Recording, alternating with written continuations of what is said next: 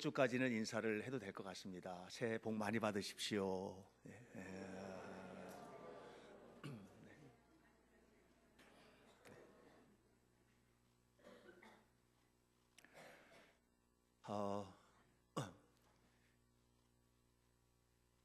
설 연휴 이렇게 보내면서 개인적으로는 좀 성경 읽고 또 기도하고, 돌아오는 목요일부터 토요일까지 청소년 수련회가 또 진행이 되기 때문에 준비하고 이렇게 하면서 주님과 함께 보내는 특별한 시간을 가졌습니다.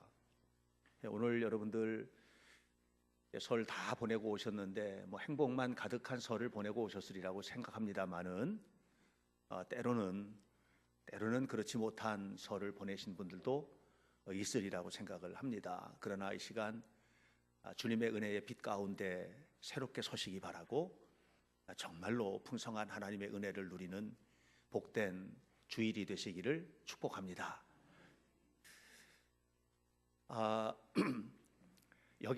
여기를 보세요. 제가 실제로 들고 나올까 하다가 그냥 나왔는데, 여기 5만 원짜리가 있다고 생각을 여러분 하세요. 5만 원짜리 아주 은행에서 금방 나온 새 돈이 여기에 제 손에 지금 있습니다. 이 얼마예요? 5만 원. 감사합니다. 응답해 주셔서 5만 원입니다. 근데 이걸 제가 이렇게 막 구겼습니다. 구겼어요. 구겨가지고 제가 들었습니다. 이제 얼마입니까? 5만 원. 5만 원이죠. 제가 이 돈에 좀 용서하십시오. 침을 뱉고, 그리고 던져버리고, 발로 막 밟아서 흙을 묻히고 이렇게 했습니다. 얼마예요? 네, 그래도 5만 원 맞아요? 길을 가다가 이렇게 깨끗한 5만 원짜리가 떨어져 있으면 주우시겠어요? 그냥 가시겠어요? 주우시겠어요? 이게 맞습니다. 저도 주울 겁니다. 그런데 구겨지고 흙탕 막 묻고 거기에 막 찢어지기도 하고, 보니까는 약간 거기에 그 좀 지저분한 침도 좀 있는 것 같고, 그게 5만 원짜리가 떨어져 있는 거예요. 그냥 가시겠어요? 네, 저 뒤에서 정원이가 그냥 가시겠어요? 그러니까 줍겠다고 이렇게 했습니다. 왜 주울까요? 그 돈을? 구겨졌건 깨끗하건 이 돈이 가지고 있는 가치가 있는 겁니다. 얼마짜리의 가치? 5만 원이라는 가치입니다. 여러분, 우리는 그리스도인입니다. 우리는 이 세상을 살아갈 때 은행에서 금방 받아온 깨끗한 5만 원짜리 돈과 같은 그런 정결하고 순수하고 순결하고 거룩하고 문제가 하나도 없고, 정말로 누구에게 상처받은 적도 없고 상처 준 적도 없고 무슨 욕을 먹은 적도 없고 실패의 경험도 없는 아주 깔끔하고 깨끗한 5만 원권과 같은 그런 삶을 살고 있는 사람들이 아닙니다.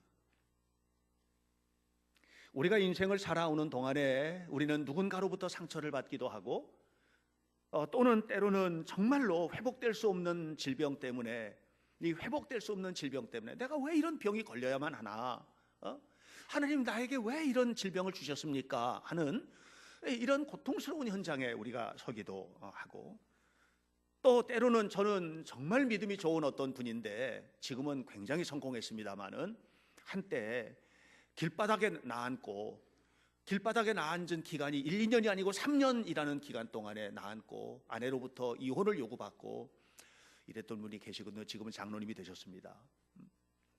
이런 경험들을 우리가 하기도 하고, 건강하고 행복한 가정의 삶을 살기를 원하지만 때로는 가정이 무너지고 결혼이 깨어지는 이런 일들이 교회를 다니고 있는 우리들에게도 만나지는 그런 사건이란 말이에요. 그럼에도 불구하고 여러분 기억하십시오. 그럼에도 불구하고 우리 인생이 정말 구겨지고 침뱉음을 받고 발로 밟힌 5만 원짜리 돈과 같은 그런 인생이 되었다 하더라도 여러분 잊어서는 안 됩니다. 우리는 그리스도인입니다. 할렐루야. 우리는 그리스도인입니다. 어떤 경우에든지 우리 그리스도인이라는 사실을 잊어서는 안 됩니다. 힘들고 어려운 현장에 있어도 나는 그리스도인이라는 삶을 살아야만 합니다. 사도 바울이 로마서 8장 38절 39절에서 이런 말합니다. 내가 확신하는 게 있다. 나에게 사망이 오거나 생명이나 천사나 권세자들이나 현재일이나 장래일이나 능력이나 높음이나 깊음이나 너무 힘들고 어렵고 고통스러운 일이 있어도 나는 확신하는 게 있다. 그건 뭐냐면 그리스도 예수 안에 있는 하나님의 사랑에서 나는 버려진 자가 아니다. 나는 어떤 경우에든지 그리스도 예수 안에 있는 하나님의 사랑 가운데 있는 사람이고 나는 하나님의 사람이고 나는 빛이다라고 하는 이 사실을 잊지 않고 있다고 하는 얘기를 합니다. 오늘 성경은 이렇게 말합니다. 에베소서 5장 8절 뒷부분에서 주 안에서 너희는 빛이다, 이렇게 사도 바울이 우리에게 이야기를 하고 있습니다. 우리는 빛이 된 사람입니다. 빛의 자녀로서 살아가야 할 빛의 자녀임을 믿으시기를 바랍니다. 우리는 예수님을 믿고 믿음으로 살아갈 때에 우리의 삶이 완전히 빛은 아니지만 내 인생은 여전히 때로는 어렵고 힘든 가운데 있어도 그래도 우리가 알아야 될 게 있습니다. 이미 빛이신 주님께서 우리 안에 계심으로 우리는 빛이라는 사실을 꼭 기억하시기를 주의 이름으로 축원합니다. 우리가 빛의 자녀라고 할 때 우리 두 가지를 기억해야 됩니다. 우선 하나는 뭐냐 하면 빛이 임하면 어둠이 물러나는 겁니다. 이 빛의 역할이에요. 어둠이 있는 자리에 빛이 오면 어둠은 반드시 물러가게 되어 있습니다. 이게 빛의 역할입니다. 어두운 모든 것을 몰아내는 복된 삶을 살게 되시기를 축원합니다. 제가 새벽 기도에 나오려고 새벽에 4시 반에 일어납니다. 어김없이 4시 반에 일어나면 제일 먼저 예배당에 내려옵니다. 예배당에 내려와서 불 켜놓고 그 다음에 이제 요즘에 추우니까 난방을 합니다. 난방 기구들 다 켜놓고 이렇게 하고 이제 다시 올라갑니다. 올라가서 씻고 준비하고 내려와서 새벽 예배를 드리는데요. 조금 있다가 보면 그때 내려올 때는 너무 깜깜해서 정말로 캄캄하거든요. 이제 저희 방 같은 경우에는 정말 한 걸음 앞이 안 보일 정도로 깜깜합니다. 근데 내려올 때 제 아내는 아직 자고 있거든요. 조금 이따 일어나서 새벽 기도 내려오겠지만 아직 자고 있거든요. 그러면 혹시라도 자는데 불편을 줄까 봐 어떻게 하느냐면 이 깜깜한 곳에 스마트폰 플래시를 켭니다. 그러면 앞에가 환해집니다. 그렇게 내려옵니다. 이 어둠이라고 하는 것은요, 정말 지적을 할 수 없을 만큼 이렇게 완벽한 어둠이거든요. 그런데 조금 지나고 보면 동쪽에서 해가 떠오르고 그러면 이 깜깜하던 세상이 환하게 밝혀집니다. 이 빛의 역할이에요. 근데 제가 이 빛의 역할에 관한 이야기를 묵상을 하다가 조금 다른 것을 생각을 하게 되었습니다. 그것은 뭐냐 하면 세상을 비치는 빛, 우리 그렇게 생각하잖아요. 세상을 비치는 빛, 너희는 세상의 빛이라. 그러면 세상에 나가서 빛된 삶을 살고 다 비춰주는 거, 이런 걸 생각을 하는데, 그런데 이 빛의 역할 가운데 소중한 게 나의 내면을 비추는 거예요. 나의 내면을. 세상에 나가서 빛이라고 그랬는데, 너희는 세상에 나가서 빛으로 살라고 그랬는데, 여러분의 심령이, 여러분의 마음이 빛으로 가득하세요? 이게 아닌 거예요. 이게 아닌 거예요. 교회는 다니고 있는데 이 안에 어둠의 구석들이 있는 거예요. 이 안에 미운 마음이 있고, 이 마음에 상처받은 마음이 있고, 이 마음에 무너진 것들이 있는 거예요. 나도 모르는 사이에 내 내면이 어둠으로 장악되어 있는 거예요. 우리는 하나님의 자녀로 하나님 자녀답게 살아야 되는데 내 안에 있는 이 어두움이 나를 어둡게 만드는 거예요. 8절은 이렇게 말합니다. 너희가 전에는 어둠이더니 그랬어요. 여기서 말하는 어두움은 세상의 어둠을 말하는 게 아니에요. 네가 어둠이다는 얘기하는 거예요. 내 안에 어둠이 채워져 있는 이 상태를 지금 이야기를 하고 있는 겁니다. 이 어둠이 언제부터 왔나 생각해 보면 어린 시절부터 온 거예요. 어렸을 때 부모에게 받은 상처도 있을 수 있고, 또 살다 보면 누군가에게 받은 상처도 우리가 내 안에 어두움을 완전하게 이 어두움으로 만들어버리고 마는 거예요. 지내다 보면서 실패한 경험, 지내다 보면서 힘들었던 일들, 지내다 보면서 받았던 여러 가지 일들이 내 안에 이 나를 밝게 만들고 환하게 만드는 것이 아니라 오히려 그것이 우리를 어둡게 만들고 힘들게 만드는 요소를 이 안에 가득 채웠다 이 말입니다. 그래서 어두움에 의하여 내가 지배를 받게 되는 겁니다. 그 메이홀이라고 하는 사람이 쓴 우리 부부는 너무 달라요, 이런 책이 있습니다. 부부가 너무 다른 겁니다. 부부가 살면서 늘 행복하지 않고 힘들게 되는 경우들이 있거든요. 부부 간의 문제가 참 어렵습니다. 근데 이게 왜 어려우냐 하면 이분의 견해에 의하면 이렇게 말합니다. 너무너무 동감이 되는데, 부부는 둘이 살지 않고 넷이 산다는 거예요. 부부가 둘이 살면 문제될 게 하나도 없는데 넷이 사는 거예요. 저하고 제 아내하고 이렇게 결혼해서 사는데, 내가 알고 있는 내 아내 김은환, 또 내 아내 김은환이 알고 있는 남편 박행신, 이게 너무 잘 알고 있는 서로예요. 그러니까 이 서로가 다 알고 있는 인격자로서의 아내와 인격자로서의 남편이 서로 만났을 때 전혀 문제가 없고, 목사로서의 나와 사모로서의 아내가 만났을 때 전혀 문제가 없습니다. 그런데 언제 문제가 되냐면 둘이가 더 있는 거예요. 그건 뭐냐면 내가 모르는 내 아내의 뭔가가 그 속에 또 있어요. 어린 김은환, 어려서부터 상처받고 힘들고 누군가에게 무슨 말 때문에 힘들고 이런 것들. 제 아내가 가끔 이런 얘기 하거든요. 이제 부딪히게 될 때가 있어요. 부딪히게 되면 그러면 막 고집을 피우고, 내가 생각할 땐 내가 정말 맞는 것 같은데 내 아내가 막 고집을 피우고 이럴 때가 있어요. 그 왜 그러냐고. 그러면 내가 어렸을 때 자라면서 우리 아버지한테 받은 상처 때문에 그렇다고. 그런 얘기를 어떨 때는 턱 던지는 거예요. 그러니까는 아버지한테 어렸을 때 자라면서 아버지한테 받은 상처를 받은 김은환이가 또 있는 거예요, 거기에. 이걸 나는 모르거든요. 그러니까 저는 없겠어요, 저는? 저도 있거든요.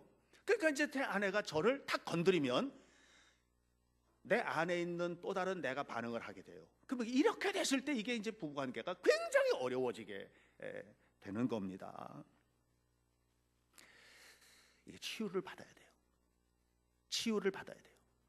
며칠 전에 제 사무실에 어떤 사모님이 이제 제 아내하고 무슨 얘기할 게 있어가지고 일할 게 있어서 와가지고 사모님이 얘기를 나누는 거예요. 막 얘기 나누는데 갑자기 그러는 거예요.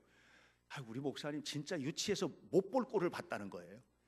자기 남편을 이제 흉을 보는 게 아니라 그냥 그 얘기를 들어보니까 내가 생각해도 너무 유치스럽고 어린애 같아. 그게 뭐냐면 이거는 그 사모님이 알고 있는 남편이 아닌 그 남편 안에 있는 어린 시절에 경험했던 상처와 아픔이 있는 남편이 또 있는 거예요. 이게 어느 순간인가 딱 부딪히면 나오는 거죠. 이렇게 되다 보면 이제 어려워지는 거예요. 그래서 제가 그랬어요. 그러면 남편이 그 남편이 아니니까, 그 목사님이 아니니까 또 누구이니까 그 어린 아이를 좀 잘 달래주시면 되는데, 어이구 내 새끼 우쭈쭈쭈 하면서 이렇게 달려주면 됐을 텐데. 근데 그게 되냐고요? 안 되거든요. 왜냐하면 나도 또 다른 내가 있거든요. 여러분, 이게 삶을 살아가는 가운데 어려운 겁니다. 우리 안에는 또 다른 내가 있는 거예요. 이게 치유가 돼야 돼요. 언제 치유돼요? 노력해서 안 됩니다. 주님께서 오셔야 됩니다. 우리가 잘 알고 있는 방송인 가운데에서 HC가 있습니다. 이 HC는 동성애자입니다. 세상이 너무 바뀌어서 이제는 동성애자들이 나 동성애자입니다 하면서 그냥 방송에 나와서 다 하고 다녀도 그것도 전혀 문제가 없는 세상이 됐어요. 근데 이 HC가 제가 이제 청소년들 수련회를 준비하면서 이 HC에 대해서도 조금 조사를 하게 됐습니다. 조사를 쭉 하는데 이 친구가 충청도의 어느 이제 아주 좋은 고을에서 자랐어요. 그런데 거기서 자라다가 초등학교 4학년 때 성폭행을 당한 겁니다. 누구에게? 남자 선배에게. 초등학교 4학년 남자아이가 남자 선배에게 성폭행을 당한 겁니다. 이랬을 때 이 H 어린이를 누군가가, 이 어린이가 내가 이런 일을 만났다고, 내가 이렇게 힘든 일을 만났다고 하는 것을 서로 얘기하고 서로 할 수 있는 그런 분위기가 있었더라면 아마 이렇게 안 됐을 거예요. 그런데 전혀 그게 없었고, 이렇게 하고 한번 경험하고 난 다음에 계속해서, 여러분 한 번 본물이 터지면 그 다음에 계속 나오는 거거든요. 계속해서 이렇게 공격해 오는 것을 방어할 힘이 없죠, 초등학교 4학년짜리가. 이게 습관이 된 겁니다. 그리고 고등학교를 졸업할 때까지 300명의 남자와 관계를 맺었답니다. 여러분, 이게 뭐냐면 안에 있는 상처가 치유되었어야 되는데 치유가 안 되니까 이게 어떻게 되면 더 강하게 된 겁니다. 그리고 어둠의 자녀가 되고 만 것이죠. 11절에 이렇게 말하고 있습니다. 너희는 열매 없는 어둠의 일에 참여하지 말고, 이 어둠의 일에 참여를 계속하는 자녀가 아이가 된 겁니다. 12절에 뭐라고 하고 있습니까? 말하기도 부끄러운 것들, 이 말하기도 부끄러운 것들이 우리 안에 있는 겁니다. 여러분은 다 밝으십니까? 여러분은 모두 깨끗하십니까? 여러분 다 문제 없습니까? 정말 말하기도 부끄러운 것들이 이 안에 있지 않습니까? 이게 어둠의 일들인 것이죠. 이 어둠의 일들, 이것은 우리가 노력하고 애써서 치유되는 게 아닙니다. 하나님께서 오셔야 됩니다. 성령께서 빛을 비춰주시기를 주의 이름으로 축원합니다. 그러면 해결이 되는 거예요. 어린 시절에 부모에게 끔찍한 학대를 받았던 어떤 어린이가 있었습니다. 너무너무 고통스러워서 이 국민학교 시절에, 초등학교 시절에 자살을 시도할 만큼 힘든 일을 만난 거예요. 근데 이 어린이가 누군가에게 전도를 받아서 교회를 나가게 된 겁니다. 너무 좋은 겁니다. 하나님의 은혜가 너무 좋은 겁니다. 집에서 아무리 힘든 일을 만나도, 아버지에게 어떤 아동 폭행을 당하고 정말로 힘든 일을 만나도 교회 오면 해결이 되는 겁니다. 이게 교회 오면 해결이 되는 겁니다. 교회 와서 전도사님 만나고 목사님 만나고, 그리고 교회 와서 친구들 만나고, 이렇게 하면 이게 해결이 되는 겁니다. 그래서 교회를 열심히 다니면서 치유가 된 겁니다. 이 내면에는 어린 시절부터 상처가 너무 많은데, 이 상처를 뭐라고 합니까? 영어로 스카라고 하잖아요. 상처, 스카. 그런데 주님을 만났는데 이 엄청난 상처마다 주님의 빛이 비치니까 이 상처에서 빛이 나는 겁니다. 그래서 스카가 스타, 별이 되는 겁니다. 별이. 여러분, 상처를 상처대로 두면 안 돼요. 상처를 빛나게 해야 돼요. 그러니까 어떻게 빛나게 되냐? 이분이 나중에 목사가 됐는데, 목사님이 되고 난 다음에 이 자기 안에 있는 이 수많은 상처들이 이 주님의 빛을 발하서 이 상처가 빛이 나게 되니까, 그러니까 뭐냐면 상처받은 아이들을 치유하는 사람이 되는 거예요. 상처받은 사람들을 붙들어주는 사람이 된 거예요. 그러니까 상처가 너무나 많은데 이 상처가 그냥 지진 물러지고, 상처가 아픔이 되고, 상처가 어둠이 되는 게 아니라 상처가 빛이 되는 거예요. 누구 때문에? 자기 노력 때문에 아니에요. 예수님 때문에, 복음 때문에. 여러분, 그래서 우린 신앙생활은 어떤 게요? 빳빳한 500원짜리 신권이어도 500원 5만 원이고 이게 꾸겨지고 침을 뱉음을 당하고 그래도 여전히 5만 원 가치를 가지고 있는 이 5만 원의 가치처럼, 오늘 우리는 어떤 경우에든지 주님께서 내 안에 계시면 내 안에 이 하나님의 자녀라는, 이제는 빛이라는, 이제는 거룩한 하나님의 자녀라는 이 존재감을 가지고 하나님 앞에 사는 겁니다. 이렇게 될 때 여러분, 우리가 승리하는 삶을 살게 될 줄로 믿습니다. 그래서 8절에 이전에는 너희가 어둠이었는데 이제는 빛이라는 거죠. 빛이라는 거죠. 여러분, 빛의 자녀같이 살아가시게 되기를 주님의 이름으로 축원합니다. 자, 그러면 이렇게 빛의 자녀가 되었을 때 빛의 자녀로서 어떤 변화를 경험하게 되는 거예요. 그러면 이 변화된 사람들의 삶에는 반드시 뭐가 나타나느냐 하면 증명이 되는 거예요. 이게 빛의 자녀라는 게 증명이 되는 거예요. 이 증명은 어떻게 오느냐? 말로 되는 게 아니에요. 나는 빛의 자녀라, 그래서 빛의 자녀가 되는 게 아니고, 내가 예수 믿는 사람이에요 해서 예수 믿는 사람이 아닌 거예요. 그게 뭘로 증명이 되느냐? 삶으로 증명하라는 거예요. 삶으로 증명이 되는 거예요. 오늘날은 어떤 일들이 많으냐면, 이게 폭로가 굉장히 많은 시대예요. 이제 걸핏하면 폭로를 해요. 그래서 폭로가 무서워요. 일단 한번 폭로가 되면은요, 이게 진실인지 아닌지 상관하지 않아요. 그리고서 그냥 그런 사람이 돼버려요. 인터넷이라고 하는 곳에도 그냥 누군가가 누구에 대해서 뭔가 하면 일단 다 그렇게 돼버려요. 그래서 아주 무서운 세상이 되었어요. 이 세상에 대해서도 자꾸 폭로하고, 교회에서도 폭로를 합니다. 어두운 것을 폭로하는 거죠. 밝은 것을 폭로하지는 않습니다. 어두운 것을 폭로합니다. 그러나 여러분, 세상이 빛된 세상이 되는 것은 이렇게 자꾸 폭로한다고 되는 게 아니에요. 폭로하는 것이 아니라 뭐냐면 내가 사는 것으로부터 시작하는 거예요. 누군가가 무엇을 폭로할 때 그건 말하지 마라, 너가 살아라. 내가 하나님 앞에서 빛의 자녀답게 살아가는 거, 이게 결국 교회를 교회답게 만들고 세상을 하나님께서 기뻐하시는 하나님 나라를 만드는 것이지. 여러분, 죄에 대해서도 누가 죄를 지은 게 분명해요. 죄를 얘기해 보세요. 그러면 회개하고 엎드러질 것 같아요? 정말 그렇게 되면 그건 하나님의 은혜고요. 대부분은 반발합니다. 너는 잘났냐? 너는 뭐 털어서 먼지 안 나냐? 그러니까 우리에게 정말 중요한 것은 뭐냐면 폭로하는 게 아니에요. 손가락질하는 게 아니에요. 하나님의 자녀답게 살아가는 거, 하나님의 자녀답게 빛이 되는 거, 이것이 오늘 우리에게는 너무나 소중한 일이라는 거예요. 그래서 9절에서 뭐라고 그랬냐면 이렇게 말합니다. 9절 말씀을 보면 빛의 열매는 그랬잖아요. 이 빛의 열매는 뭐냐면 매우 구체적인 거거든요. 열매는 매우 구체적인 겁니다. 손에 잡히는 것이고 눈에 보이는 것입니다. 이거는 말이 아닙니다. 행동이거든요. 열매를 맺으라는 거예요. 열매를 맺으라는 거예요. 고린도전서 13장을 보면 이 고린도전서 13장에 매우 특별한 얘기들이 나옵니다. 이렇게 시작을 합니다. 너희가 방언을 말하고, 너희가 천사의 말을 하고, 너희가 예언을 하고, 모든 비밀을 알고, 모든 지식을 알고, 네가 산을 옮길 만한 믿음을 가지고 있어도, 그만한 능력이 있다고 해도 그게 우리 모두가 인정할 만한 삶으로 드러나지 않으면 뭐라고 그랬어요? 성경에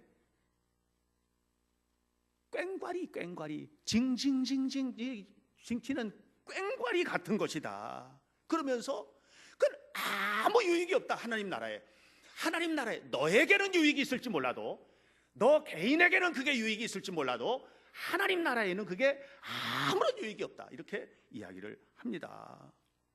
그러면서 천사 같은 말을 해도 삶 속에 빛의 열매가 나타나고 삶 속에 빛의 열매가 드러나지 않으면 가짜라는 거예요. 목사, 교회에서는 목사가 역할을 하지 않습니까? 그러니까 교회에서는 목사가 되고 장로가 되고 권사가 되고 하면 그렇게 그 일을 하는 거예요. 그러니까 이것은 교회에서 내가 역할을 하는 거예요. 근데 하나님 앞에는 목사로서 내 삶이 목사이기 때문에 하는 이 기능적인 역할을 하나님이 보는 게 아니에요. 거기서 정말 보고 싶은 건 뭐냐면 네가 목사로서 빛의 삶을 살고 있느냐, 하나님의 자녀로서 증명해내고 있느냐, 이걸 보는 것이지. 목사가 목사 가지고 천국 가고 하는 게 아니란 말이죠. 지금 목사라도 천국 가지 못할 것 같은 사람들도 많이 있잖아요. 그러니까 목사, 장로, 권사 이 역할의 문제가 아니고 하나님 앞에서 우리가 거룩한 빛으로 살아가는 거, 이걸 우리가 소망하면서 하나님 앞에 살아야만 합니다. 여러분 뭐 다 이미 들어서 알고 계시겠지만 이번 연휴가 되는 연휴 첫날 2월 4일 날 그 국립중앙의료원의 응급의료센터의 윤한덕 센터장이 심장마비로 사망을 했잖아요. 혹시 뭐 다 들으셨을 거예요. 뉴스에 나왔으니까. 근데 이분이 사망을 했는데 어디서 죽었느냐 하면 자기 사무실에서 죽은 거예요. 그날 아침에. 거기에 조그만 쪽침대가 하나 있는데 그 쪽침대에서 죽은 거예요. 심장마비로 과로사 한 것입니다. 연휴가 시작이 되고 온 사방에서 병원들 다 쉬니까 뭐 이 응급의료센터에 계속 연락이 오고 이걸 처리하고 뭐 이렇게 하는데 뭐 연휴도 없이 아이들이 심지어는 아버지 얼굴을 모를 정도로 이렇게 그 일을 했는데 그렇게 하다가 심장마비로 죽은 거예요. 그가 죽었는데 아주대학교 이국종 교수 여러분 잘 아시죠? 이분이 뭐라고 그랬냐면 어깨 축지가 다 떨어져 나간 것 같은 아픔을 느낀다고 이렇게 얘기를 했어요. 저도 너무 슬펐어요. 이분 돌아가신 얘기를 제가 들으면서 너무너무 슬펐어요. 이분은 어려운 사람 도와줘야 된다, 이렇게 살아야 된다, 이걸 말로 한 사람이 아니에요. 여기저기 다니면서 뭐 폭로하고 뭐 하고 이렇게 한 사람이 아니에요. 그냥 짊어지고 산 거예요. 우리는 과연 뭘 짊어지고 살고 있는가? 말을 많이 하는가? 아니면 짊어지고 있는가?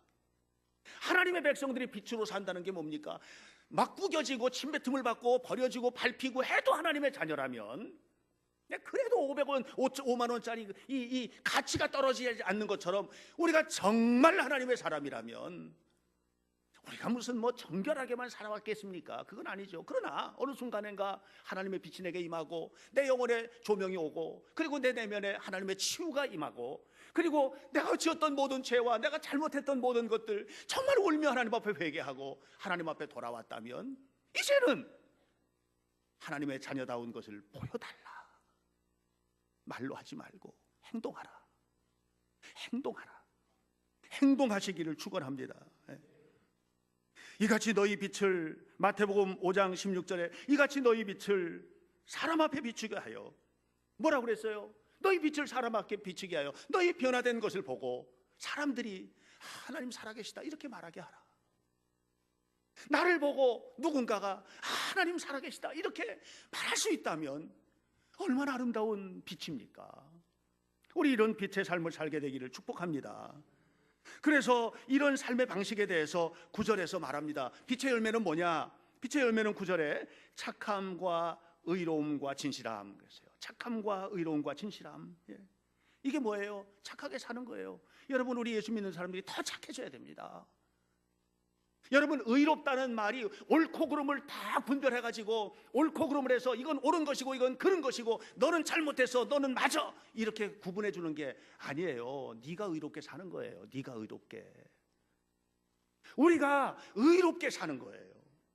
의롭다는 건 뭐예요? 하나님 앞에 사는 거예요. 얼마나 의로워요? 얼마나 똑바로 살아요 우리가? 내가 하는 행동과 말은 다 옳아요? 아니에요. 정말 하나님께서 오셔서 내 심령을 뚫고 들어오실 때 자신 있어요? 여러분, 우리 하나님 앞에 사는 게 의로운 거예요. 진실하게 사는 거예요. 이거예요. 이게 뭐예요? 성품 속에 맺어지는 하나님의 은혜죠. 그러니까 그냥 따뜻한 사람이 되는 거예요. 따뜻한 사람. 여러분, 예수 믿고 우리가 정말 주님이 내 안에 오셨으면 따뜻해지게 되기를 바랍니다.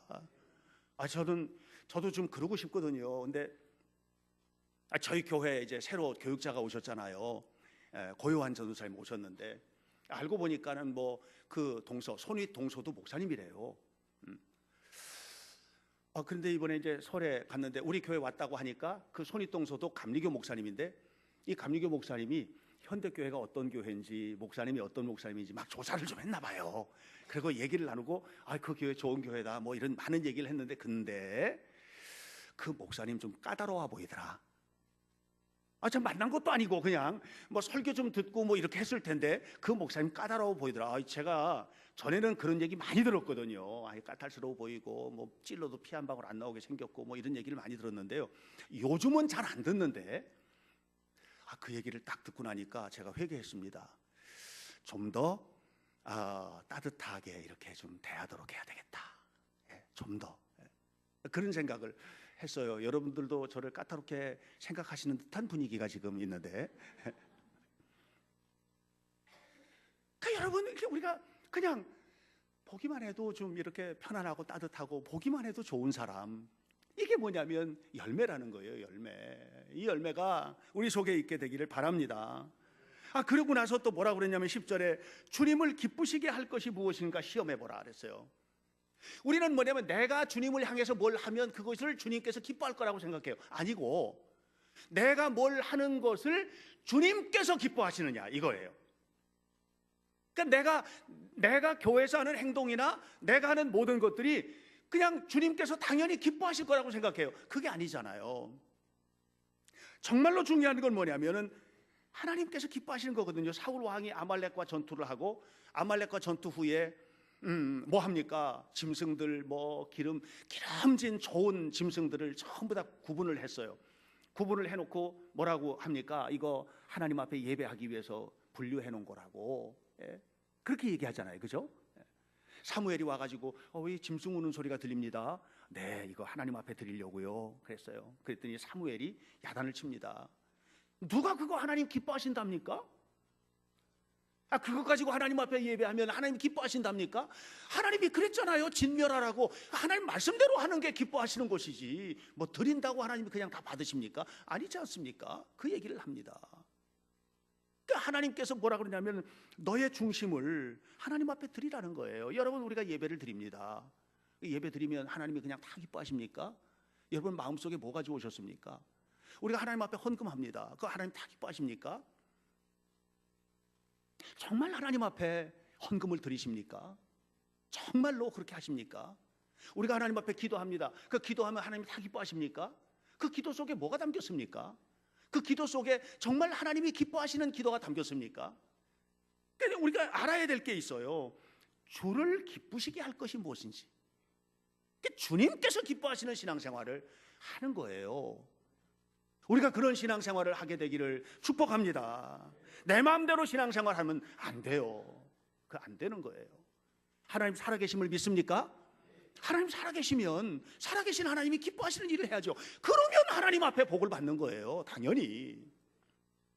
그리고 14절에서 말합니다. 14절에서 그러므로 이르시기를 잠자는 자여 깨어서 죽은 자들 가운데서 일어나라.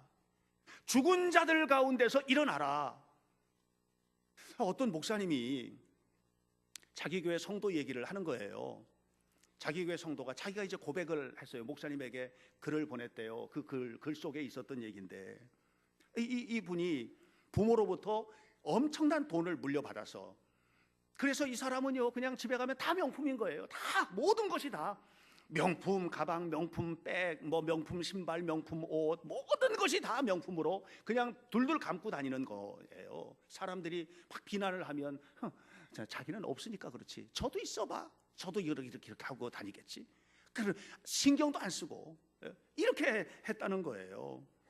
그러니까 심지어는 하룻밤에 200만 원, 300만 원씩 가가지고서 명품 그 쇼핑하고, 그걸 교회 와서는, 교회는 다니는데 교회 와가지고는 10,000원 헌금하고, 이게 자기가, 이게 실제로 진짜로 200만 원, 300만 원을 가서 막 쓰고 그리고 교회 와서는 10,000원 헌금하고 이렇게 했다는 거예요. 이렇게. 그런데 이 자매가 우울증이 온 거예요. 우울증이 무슨 뭐 이유가 있어서 옵니까? 어느 순간에 오는 거예요. 그냥 훅 들어오는 거예요. 우울증이 왔는데 2년 동안을 우울증 때문에 죽을 고생을 한 겁니다. 그냥 살고 싶지가 않은 겁니다. 그런데 이 명품이 하나도 위로가 안 되더라는 거예요. 그렇게 우울증이 왔는데 그동안에 그렇게 어울려 다니던 친구들도 보기도 싫더라는 거예요. 절대로 만나고도 싶지도 않고 모든 것이 싫은데, 그런데 2년 됐는데 어느 날 교회를 간 거예요. 교회를 갔는데 그날 선포되는 말씀을 듣고 예배를 통해서 빛이신 주님을 만난 거예요.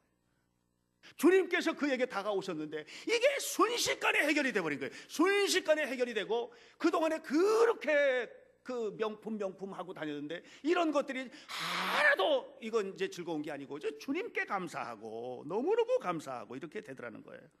그 다음날 출근을 하는데 정말 생전 처음 지하철을 타고 출근을 하는 거죠. 지하철을 타고 출근을 했대요. 삼성동이 이제 직장인데 가는데, 일찍 출근을 하는데 그 지하철 안에 사람들이 별로 없는데 거기에 웬 노숙자가 이렇게 누워 있는데 너무너무 불쌍하고, 전 같으면 한 번도 그런 걸 느껴본 적이 없는데 너무너무 불쌍하고, 그래서 가방을 만지작, 왜냐하면 가방 속에 있는 돈을 다 끄집어내가지고 주고 싶은 거예요. 그런데 이게 이제 창피해가지고 이걸 못하고, 창피해서 못하는데 계속해서 뭐가 나냐면 눈물이 나서, 내릴 때까지 눈물이 나고 내렸는데도 눈물이 나고, 그 눈물이 나더라는 거예요. 여러분 보세요. 이게 죽은 자 가운데서 일어난 거예요. 여러분, 오늘 우리가 다 살아있는 것 같지만 아니에요. 여러분, 오늘 우리가 다 살아있는 것 같지만 그렇지가 않아요. 여기 보세요. 8절에서 너희가 전에는 어둠이더니 그랬어요. 14절에서 잠자는 자 그랬어요. 또 14절에서 죽은 자 그랬어요. 이 사람들 누구냐 하면 에베소 교회에 있는 사람들이에요. 에베소 교인들에게 보낸 편지입니다. 이게 에베소 교회 사람들인 겁니다. 너희가 어둠이고 너희가 잠자는 자고 너희가 죽은 자라는 거예요. 이게 무슨 얘기냐? 오늘 현대교회 여러분 전부 다 깨어 계십니까? 여러분 전부 다 빛이십니까? 여러분 정말로 우리가 다 살아있습니까? 아니라는 거예요. 오늘 우리 속에 상처가 있고 여전히 아직까지 내 마음속에는 어둠이 있고 힘든 문제가 있는 거죠. 우리 속에, 이 속에 우리가 있는 겁니다. 설에 다녀왔습니다. 설에 행복하시기만 하셨습니까? 혹시 부모님 때문에, 시댁어른들 때문에 상처 가지고 오신 분은 안 계십니까? 형제들을 만났는데 안 만나는 게 더 좋았을 것 같은 그 마음으로 다시 오신 분은 안 계십니까?